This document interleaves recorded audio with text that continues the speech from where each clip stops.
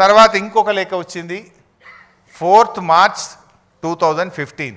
ఇవి మనవి కావు, కేంద్ర ప్రభుత్వం సెంట్రల్ వాటర్ కమిషన్ రాసిన లేఖ. ఇది letter front page and I will read out the comments. చాలా డీటెయిల్గా చెప్పినారు కానీ నేను సింపుల్గా చెప్పే ప్రయత్నం చేస్తా, టైం.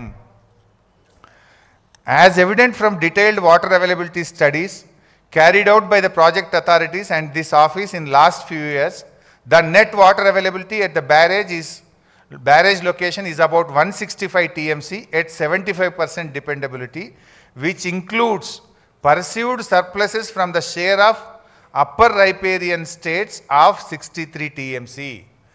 ఇప్పుడు ఏదైతే 165 TMCల నీళ్లు ఉన్నాయని మనం అనుకుంటున్నామో, పైపెరగ బాబు 165 TMCల నీళ్లు ఉన్నాయంటున్నామో, అందులో ఎగువ రాష్ట్రాలకు కేటాయించబడిన 63 కూడా కలిపి ఉన్నాయి.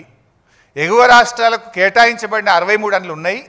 ఒకవేళ ఆ 63 వాళ్ళు తీసుకుంటే మీకు మిగిలేది 102 TMCలు మాత్రమే అని చెప్పిండ్రు స్పష్టం. అది చెప్పడమే కాక ఇంకో మాట అన్నారు అందులో.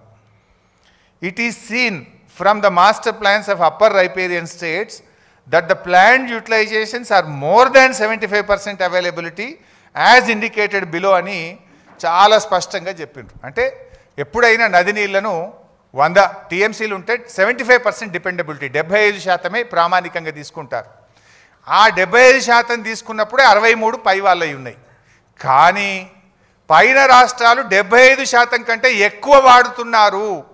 అంటే 63 కంటే ఇంకెక్కువనే మీకు ఉండవు అని చెప్పిండ్రు. చెప్తూ దాని డయాగ్రామ్ మొత్తం నేను అందులో పెట్టలేదు కానీ ఇట్లా క్లియర్గా ఏ బేసిన్లో ఎట్టెట్లా వాడుతున్నారు, G7, G8, G9లో వాళ్ళకి కేటాయించబడింది ఎంత, అంతకంటే ఎక్కువ ఎలా వాడుతున్నారో కూడా స్పష్టంగా చెప్పడం జరిగింది.